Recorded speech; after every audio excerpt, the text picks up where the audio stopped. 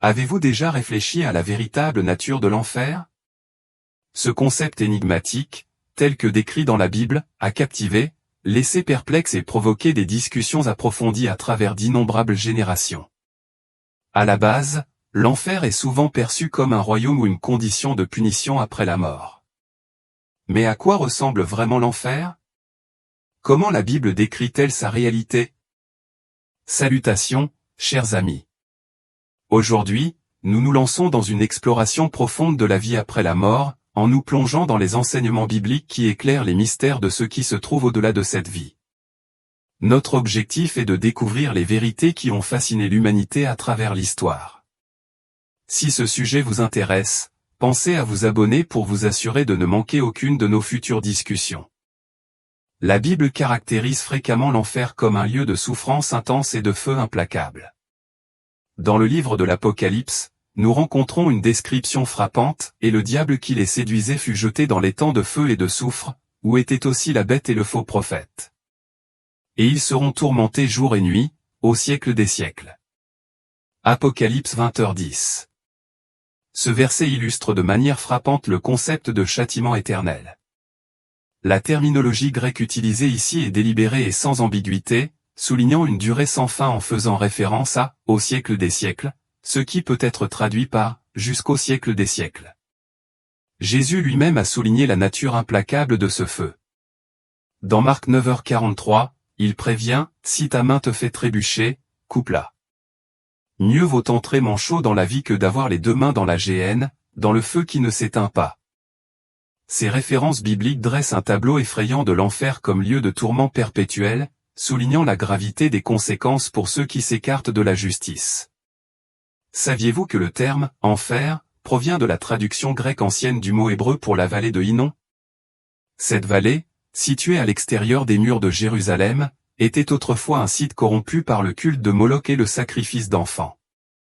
Son histoire sombre l'a conduit à être reconverti en décharge, où l'incinération constante de déchets et l'infestation de vers en ont fait un puissant symbole de destruction et de décomposition. Ce lieu sinistre est également appelé les temps de feu dans Apocalypse 20, 13-15. Ici, la mort et l'Hadès, le royaume des morts, sont jetés dans les temps de feu, représentant la seconde mort, un état de séparation éternelle d'avec Dieu. Ceux dont les noms ne figurent pas dans le livre de vie subiront ce sort. Les enseignements de Jésus montrent clairement que les horreurs de l'enfer sont si graves que tout sacrifice est justifié pour l'éviter. Le royaume de Dieu ne peut pas être considéré simplement comme une récompense, il doit également être vu à travers le prisme du sacrifice profond requis pour échapper aux tourments de l'enfer. Cet endroit est également décrit comme un abîme de ténèbres absolues. Dans Matthieu 8h12, Jésus décrit cet état, les fils du royaume seront jetés dans les ténèbres du dehors, où il y aura des pleurs et des grincements de dents. Imaginez-vous dans un vide noir d'encre où même la plus faible lueur de lumière ne peut pénétrer, et où les seuls sons sont ceux de l'angoisse et du désespoir. L'accent répété sur les pleurs et les grincements de dents souligne la terrible réalité de cette expérience. Les grincements de dents signifient une souffrance intense, une indication de la douleur profonde endurée en enfer. Jésus a parlé de l'enfer plus que quiconque dans la Bible, soulignant ainsi son importance. Malheureusement, certains ministères évitent complètement d'aborder l'enfer, peut-être par inconfort ou par désir de se concentrer uniquement sur des messages positifs. Pourtant, la réalité demeure, l'enfer est marqué par une obscurité écrasante, un contraste frappant avec la lumière du ciel. Cette obscurité symbolise l'absence totale de réconfort et d'espoir divin. La souffrance décrite n'est pas seulement physique, mais aussi émotionnelle et spirituelle, marquée par des pleurs et des grincements de dents sans fin. Le condamné connaîtra une misère profonde, un sentiment de désespoir sans fin et une envie rongeante du bonheur des autres. Cette angoisse éternelle reflète la gravité de la colère de Dieu et la perte profonde de ce qui aurait pu être. La solitude est l'une des formes de souffrance les plus profondes. Imaginez l'agonie d'un isolement complet, complètement coupé de l'amour et de la miséricorde infinie de Dieu. Ce profond sentiment d'abandon pourrait bien être l'un des aspects les plus frappants de l'enfer. Dans 2 Thessaloniciens 1h9, nous lisons que ceux qui subiront une destruction éternelle, loin de la face du Seigneur et de la gloire de sa force. Cette description vivante met en évidence un élément clé de l'enfer, la séparation de la présence de Dieu. L'idée qu'un Dieu d'amour ne punirait jamais le péché néglige un aspect essentiel de sa nature. Bien que Dieu soit en effet amour, il est aussi saint et juste, et sa justice exige qu'il s'attaque au péché de manière appropriée. Le terme « destruction éternelle » dans ce contexte est dérivé du mot grec « iono », qui apparaît cette fois dans le Nouveau Testament mais ne signifie jamais l'annihilation. Au contraire, il évoque l'idée de perte de bien-être ou de destruction du but de la vie. Par exemple, dans Luc 5h37, lorsque Jésus parle de la destruction des outres, cela signifie qu'elles ont perdu leur utilité. Elles continuent d'exister mais sont rendues inutiles pour leur but initial. Pourtant, l'enfer ne se définit pas seulement par le feu. La Bible fait une distinction importante, bien que les 3 jeunes Hébreux de Daniel 3 aient été dans le feu, ils n'ont pas été blessés parce que le Seigneur était avec eux. L'enfer, en revanche, est caractérisé par l'absence totale de Dieu et de toute la bonté qu'il représente. L'essence de l'enfer, telle que décrite dans la Bible, peut être résumée dans l'expression « loin de la présence du Seigneur ». Cette absence signifie non seulement la privation du réconfort divin, mais aussi la suppression de toute bénédiction associée à la présence de Dieu. En enfer, le seul aspect du caractère de Dieu qui reste est sa justice inflexible et sainte. Il est important de comprendre que la vengeance divine n'est pas vindicative. Dans la Grèce antique, le terme pour vengeance, qui partage des racines avec le mot pour justice, implique une administration de la justice constante et impartiale. Ainsi, lorsque nous rencontrons l'expression « destruction éternelle », elle nous rappelle que tout comme les bénédictions du ciel sont éternelles, la peine de l'enfer l'est aussi. Cette nature éternelle souligne la gravité de la souffrance et la séparation perpétuelle de l'amour et de la grâce de Dieu. L'enfer doit-il être compris comme un lieu littéral ou une représentation symbolique? Cette question a suscité un débat considérable. Certains suggèrent que les descriptions saisissantes de l'enfer, qu'il s'agisse de feu littéral ou d'obscurité symbolique, servent de métaphore pour exprimer la gravité de ses souffrances. Que l'enfer soit un brasier littéral ou un abîme figuratif, le message essentiel reste le même, l'enfer est un endroit profondément effrayant. Dans l'Ancien Testament, le terme hébreu souvent traduit par « enfer » est « Sheol », qui désigne le royaume des morts, un lieu sombre et ombragé où les méchants sont envoyés après la mort. Ce concept de Sheol indique un espace d'obscurité et de séparation d'avec les vivants. La question de l'origine de l'enfer est un autre point d'intrigue. Pourquoi Dieu a-t-il créé l'enfer? Jésus nous éclaire sur cette question. L'enfer n'a pas été initialement créé pour l'humanité, mais pour le diable et ses anges déchus. Selon Matthieu 25, 41, Jésus a dit, « Alors il dira à ceux qui seront à sa gauche, retirez-vous de moi, maudits, allez dans le feu éternel préparé pour le diable et ses anges. » Cela suggère que l'enfer a été conçu comme un lieu de punition spécifiquement pour les anges rebelles qui ont défié Dieu. Cependant, les habitants prévus de l'enfer se sont étendus au-delà de son objectif initial.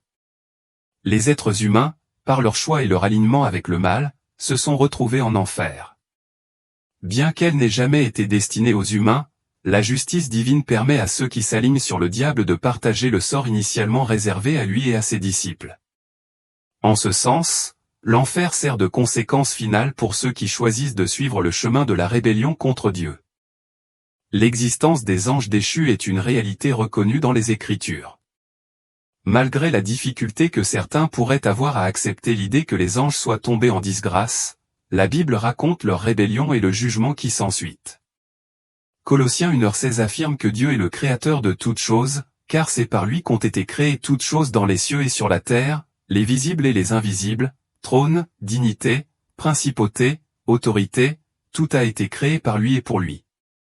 De même, Jean 1h3 déclare, « Toutes choses ont été faites par lui, et rien de ce qui a été fait n'a été fait sans lui. » En conclusion, l'enfer, qu'il soit considéré comme un lieu littéral ou un état symbolique, est une partie profonde du récit divin. L'enfer a été créé par Dieu comme lieu de jugement final, destiné à l'origine au diable et à ses anges, mais qui englobe désormais tous ceux qui choisissent de s'aligner sur le mal. Cela souligne la réalité de l'enfer dans le cadre plus large de la justice divine et de la création. L'enfer, également connu sous le nom de lac de feu, représente la destination ultime pour ceux qui rejettent le Christ. Cependant, il y a un message profond d'espoir au milieu de cette dure réalité. Dieu, dans sa miséricorde et son amour infini, a fourni un chemin pour échapper à l'enfer par la foi en son Fils, Jésus-Christ. La question se pose souvent, un Dieu aimant enverrait-il vraiment quelqu'un en enfer? Selon la Bible, la réponse est en effet oui. Ce n'est pas que Dieu désire la destruction de qui que ce soit, mais plutôt que les individus se condamnent à une séparation éternelle d'avec Dieu par leur propre choix. L'aveuglement, l'entêtement, l'égocentrisme et l'amour des plaisirs pécheurs conduisent souvent les gens à rejeter le salut que Dieu offre, scellant ainsi leur destin. Il viendra un jour où la justice divine sera pleinement réalisée. Chaque personne est confrontée à deux rendez-vous cruciaux qu'aucun calendrier ne peut enregistrer. Le premier est propre à chaque individu, il s'agit de notre jugement personnel devant Dieu. Le second est universel, chaque être humain a péché, et ce péché mérite la peine ultime, qui est la mort. Puisque tout péché est en fin de compte un affront à un Dieu infini et éternel, la conséquence, la mort doit également être infinie et éternelle. L'enfer représente cette mort infinie et éternelle, une conséquence de nos péchés.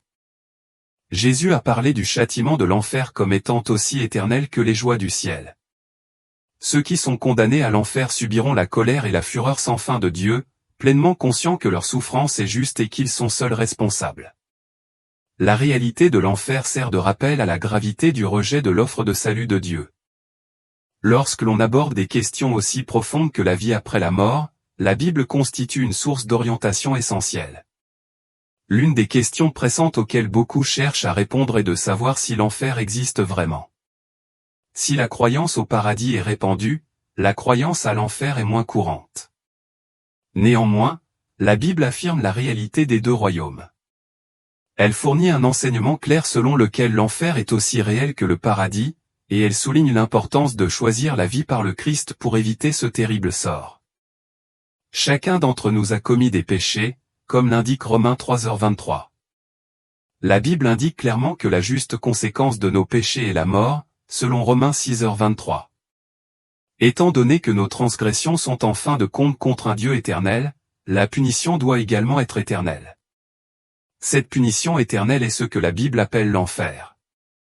L'enfer est décrit de diverses manières dans la Bible, un lieu de feu éternel, Matthieu 25, 41, un feu qui ne s'éteint jamais, Marc 9, 44-48, un royaume de destruction éternelle, 2 Thessaloniciens 1h9, un lieu où la souffrance est constante et où la fumée du tourment monte pour toujours, Apocalypse 14, 10-11, et un lac de soufre brûlant où le tourment est sans fin, Apocalypse 20, 10-15.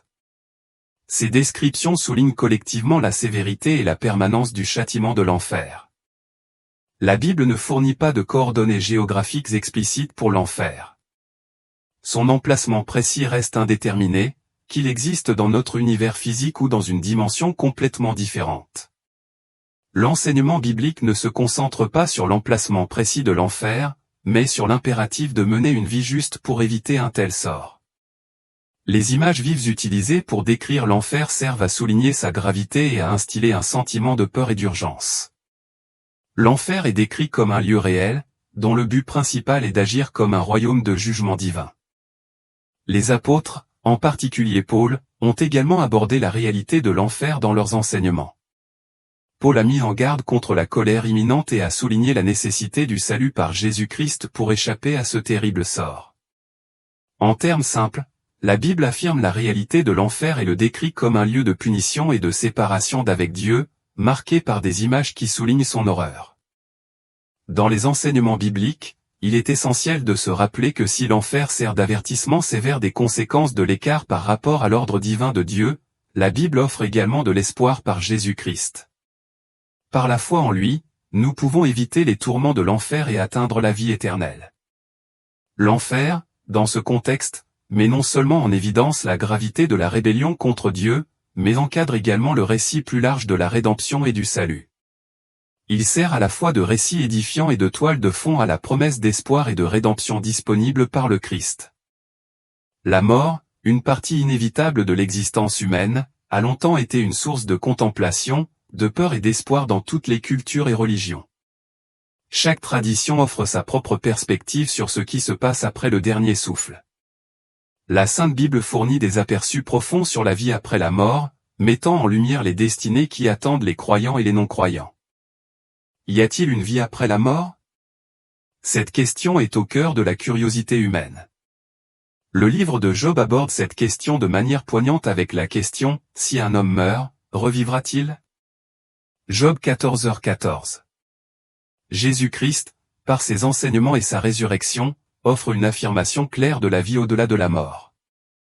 Il a confronté les Sadducéens, qui niaient l'existence d'une vie après la mort, en faisant référence à l'Écriture « Je suis le Dieu d'Abraham, le Dieu d'Isaac et le Dieu de Jacob » Marc 12, 26-27. La déclaration de Jésus selon laquelle Dieu est le Dieu des vivants souligne que la vie continue au-delà de la mort physique. De plus, Jésus a rassuré ses disciples avec des promesses sur la vie après la mort. Il les a réconfortés en leur disant « Que votre cœur ne se trouble point. Croyez en Dieu, croyez aussi en moi. Il y a plusieurs demeures dans la maison de mon Père, si cela n'était pas, je vous l'aurais dit. Je vais vous préparer une place » Jean 14, 1-2. Cette promesse parle d'une demeure éternelle avec lui, offrant l'espoir d'une place préparée pour les croyants. Selon Jésus, il existe deux destinées possibles pour les âmes après la mort, l'une de confort et l'autre de tourment. Dans la parabole de l'homme riche et de Lazare, Jésus illustre ces destinées de manière vivante. L'homme riche se retrouve dans le tourment, tandis que Lazare jouit du confort, Luc 16, 22-23. Cette histoire souligne qu'il n'existe pas d'état intermédiaire comme le purgatoire, les âmes passent directement à leur destin éternel. Jésus développe davantage ces chemins dans des passages tels que Matthieu 25, 46 et Jean 5, 25-29. Le choix entre ces destinées éternelles dépend de la foi en Jésus-Christ. Jésus nous assure que la croyance en lui garantit la vie éternelle, car Dieu a tant aimé le monde qu'il a donné son Fils unique, afin que quiconque croit en lui ne périsse point, mais qu'il ait la vie éternelle, Jean 3h16. Ceux qui acceptent Jésus se voient promettre la joie éternelle, tandis que ceux qui le rejettent sont confrontés à un sort radicalement différent.